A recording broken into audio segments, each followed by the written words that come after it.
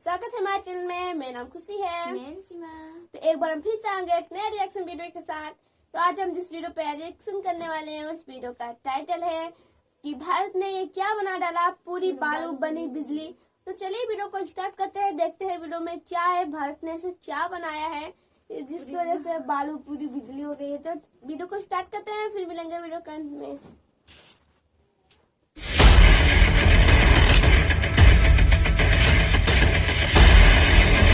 भारत ने बनाई ऐसी तकनीक, पूरा रेत बनी बिजली। अब 200 सालों तक लो फ्री बिजली।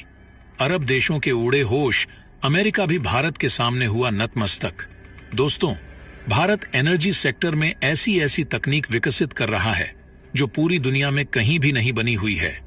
देखा जाए तो अभी भारत सभी टेक्नोलॉजी दूसरे देशों से इंपोर्ट करके इस्तेमाल कर रहा है और इसी डिपेंडेंसी को खत्म करने के लिए भारत ने स्वदेशी निर्मित टेक्नोलॉजी पर बड़ी तेजी से काम करना शुरू कर दिया है।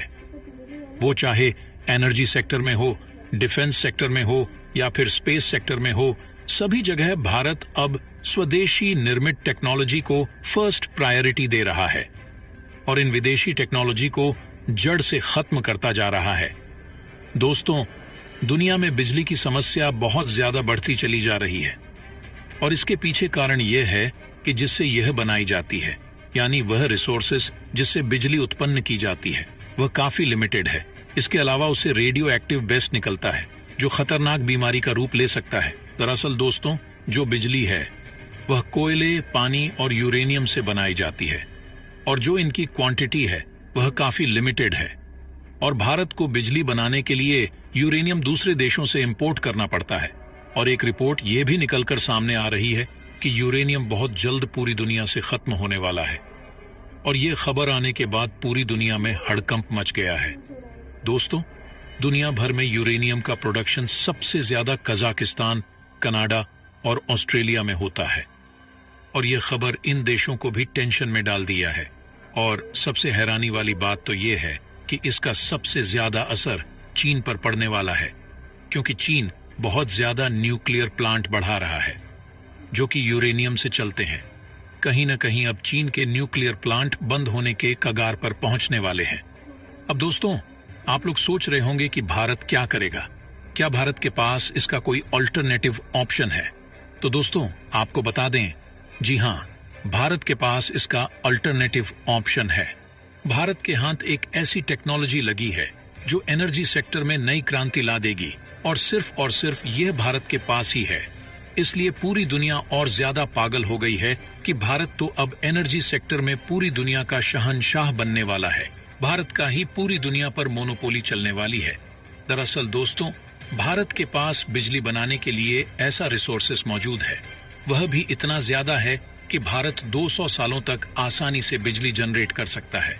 तो दोस्तों, पूरी खबर क्या है जानेंगे इस वीडियो में। लेकिन दोस्तों, उससे पहले भारत के इस कामयाबी के लिए इस वीडियो पर एक लाइक तो बनता है। फटाफट वीडियो को लाइक कर दीजिए। दोस्तों, क्या आपको पता है कि भारत दुनिया का इकलौता देश है जिसके पास दुनिया में सबसे ज्यादा और सबसे बड़े थोरियम के रिजर्व पाए जाते हैं? आंकड़ों के मुताबिक भारत के पास करीब 5 लाख से 8 लाख टन थोरियम मेटल्स मौजूद है और यह रेत में पाई जाती है। भारत के समुद्री तटों पर इसकी क्वांटिटी सबसे ज्यादा है, जो कि पूरी दुनिया में पाए जाने वाले थोरियम की तुलना में करीब 70% है। बाकी 30% में से 10% चीन के पास है और 20% दुनिया भर की अदर कंट्रीज के पास है, जहां थोरियम भी यूरेनियम की तरह ही एक रेडियो एक्टिव मेटल है। लेकिन इसके बावजूद भी भारत इसका इस्तेमाल इलेक्ट्रिसिटी यानी कि बिजली उत्पादन में क्यों नहीं कर पा रहा, जिसके कारण भारत में मौजूदा वक्त में जितने भी न्यूक्लियर पावर प्लांट हैं उनके लिए फ्यूल यानी कि यूरेनियम को इंपोर्ट कराने के लिए भारत को हर साल करीब 618 करोड़ रुपए खर्च करने पड़ते हैं। और भारत अपनी इस यूरेनियम की जरूरत को पूरा करने के लिए कनाडा जैसे देशों से अपनी इंपोर्ट की जरूरतों को पूरा करता है। लेकिन अब वो दिन दूर नहीं है कि भारत थोरियम का इस्तेमाल करते हुए इलेक्ट्रिसिटी जनरेट करेगा और भारत के पास इतनी ज्यादा मात्रा में थोरियम मौजूद है जिससे हम 1-2 साल नहीं बल्कि अगले कई दशकों तक बिजली का उत्पादन कर सकते हैं बिना किसी देश से न्यूक्लियर मेटल्स को इंपोर्ट कराए हुए। भविष्य में थोरियम से किस तरीके से बिजली का उत्पादन किया जाएगा और भारत इसके लिए लंबे वक्त से किस टेक्नोलॉजी पर रिसर्च कर रहा है, क्या वह टेक्नोलॉजी सफलतापूर्वक बन चुकी है। तो दोस्तों, सारा टॉपिक इस वीडियो में हम कवर करने वाले हैं, इसलिए वीडियो को ध्यान से जरूर देखिएगा। दोस्तों, प्राकृतिक रूप से पाए जाने वाला ये रेडियो एक्टिव मेटल भारत के लिए कितना ज्यादा जरूरी है, ये आप सोच भी नहीं सकते। वहीं कई रिपोर्ट्स तो यह भी दावा करती हैं कि भारत के पास इतनी बड़ी मात्रा में थोरियम होने की वजह से कई देश नहीं चाहते हैं कि भारत इस टेक्नोलॉजी को डेवलप करे, और भारत उन देशों से जो करोड़ों रुपए में यूरेनियम खरीद रहा है, भारत को वह अपने हिसाब से बेचते रहें। दोस्तों, यदि थोरियम के इतिहास की बात की जाए तो 1950 में ही भारत को पता चल जाता है कि भारत के पास बड़ी मात्रा में थोरियम के रिजर्व मौजूद हैं। उस समय भारत के जितने भी वैज्ञानिक थे वह समझ जाते हैं कि भविष्य में इसका इस्तेमाल करते हुए बिजली का उत्पादन किया जा सकता है। भारत ने इस टेक्नोलॉजी को लेकर के फ्रांस, रशिया सहित कई देशों से बातचीत भी की है, लेकिन वह देश नहीं चाहते कि भारत थोरियम का इस्तेमाल करते हुए पावर जनरेट करे। लेकिन समय के साथ चीजें बदलती जाती हैं और देखते देखते साल 2011 आ जाता है। भारत साल 2011 में डिसाइड करता है कि अब भारत के अंदर एक ऐसे प्रोटोटाइप रिएक्टर को तैयार किया जाएगा जिस पर हम पूरी तरीके से रिसर्च कर सकें और यह डिक्लेयर किया जा सके कि इसका इस्तेमाल करते हुए हम पावर जनरेट करने वाले हैं। और यह प्रोजेक्ट तो कोविड के दौरान यानी साल 2019-20 में कंप्लीट होना था, लेकिन विश्व भर में आई महामारी के कारण इस प्रोजेक्ट को कुछ दिनों के लिए ठंडे बस्ते में डालना पड़ा। बताया जा रहा है कि 2025 तक भारत में यह प्रोजेक्ट बन करके तैयार होगा। ऐसा भी नहीं है कि इस प्रोजेक्ट पर काम शुरू नहीं किया गया है। ग्राउंड पर कई प्रकार की मशीनों को इंस्टॉल किया जा चुका है। करीब 500 मेगावाट की क्षमता के साथ इस रिएक्टर को तैयार किया जा रहा है, जो कि तमिलनाडु के कलपक्कम में स्थित है, जिसे स्वदेशी फास्ट ब्रीडर रिएक्टर नाम दिया गया है। और अब बात करते हैं कि थोरियम से पावर जनरेशन का इस्तेमाल किस तरीके से भविष्य में गेम चेंजर हो सकता है। तो दोस्तों, जिस पावर प्लांट में इलेक्ट्रिसिटी जनरेशन के लिए यूरेनियम जैसे रेडियो एक्टिव एलिमेंट का इस्तेमाल किया जाता है, वहां से निकलने वाले वाटर वेस्ट को विदाउट ट्रीटमेंट रिलीज नहीं किया जा सकता। कई देशों ने यहां तक कि कई बार उस पानी को कई सालों तक होल्ड करके रखना पड़ता है।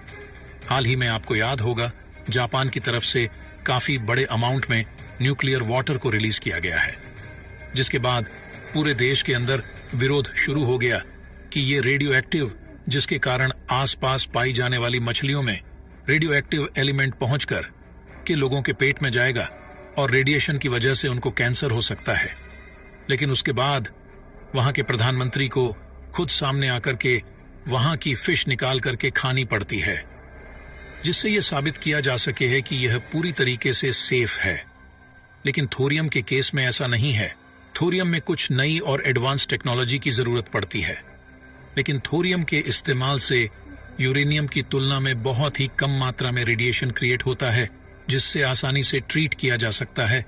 और यही इस टेक्नोलॉजी की सबसे बड़ी खासियत मानी जाती है। और कुछ और बड़ी खासियत की बात की जाए तो पृथ्वी में यूरेनियम से ज्यादा थोरियम की मात्रा मौजूद है। दोनों के स्ट्रक्चर्स को अगर आप क्लोजर ऑब्जर्व करेंगे तो दोनों ही स्ट्रक्चर सेम है। दोनों ही एक तरीके के रेडियो एक्टिव पदार्थ हैं। वहीं थोरियम के अंदर एनर्जी डेंसिटी यानी कि ऊर्जा का घनत्व बहुत ज्यादा होता है, यानी कि बहुत ही कम मात्रा में थोरियम का इस्तेमाल करते हुए आसानी से बिजली बनाई जा सकती है। और उसी की तुलना में अगर यूरेनियम को निकाला जाए तो हमें बहुत ज्यादा मात्रा की जरूरत पड़ेगी। और अब इसके करंट स्टेटस की बात की जाए तो जैसा कि हमने बताया कि साल 2011 में भारत ने इसकी शुरुआत कर दी थी और अभी तमिलनाडु के कलपक्कम में इस प्रोजेक्ट की शुरुआत हो चुकी है। और एक प्रोटोटाइप के जरिए यहाँ पर भारत बड़ी शुरुआत कर रहा है। इंटरनेशनल लेवल पर देखा जाए तो अनील यानी advanced nuclear energy for enriched life, और यही वह इंटरनेशनल ऑर्गेनाइजेशन है जो कि इस टेक्नोलॉजी पर सबसे ज्यादा एक्टिव होकर के काम कर रही है। इसके साथ जुड़ी हुई company clean core thorium energy के संस्थापक और सीईओ मेहुल शाह ने एक नई शुरुआत की है। जहां पर यूरेनियम और थोरियम को इस्तेमाल करके एक नए एलिमेंट के साथ प्रोजेक्ट की शुरुआत की गई है, जो कि काफी ज्यादा सक्सेसफुल माना जा रहा है।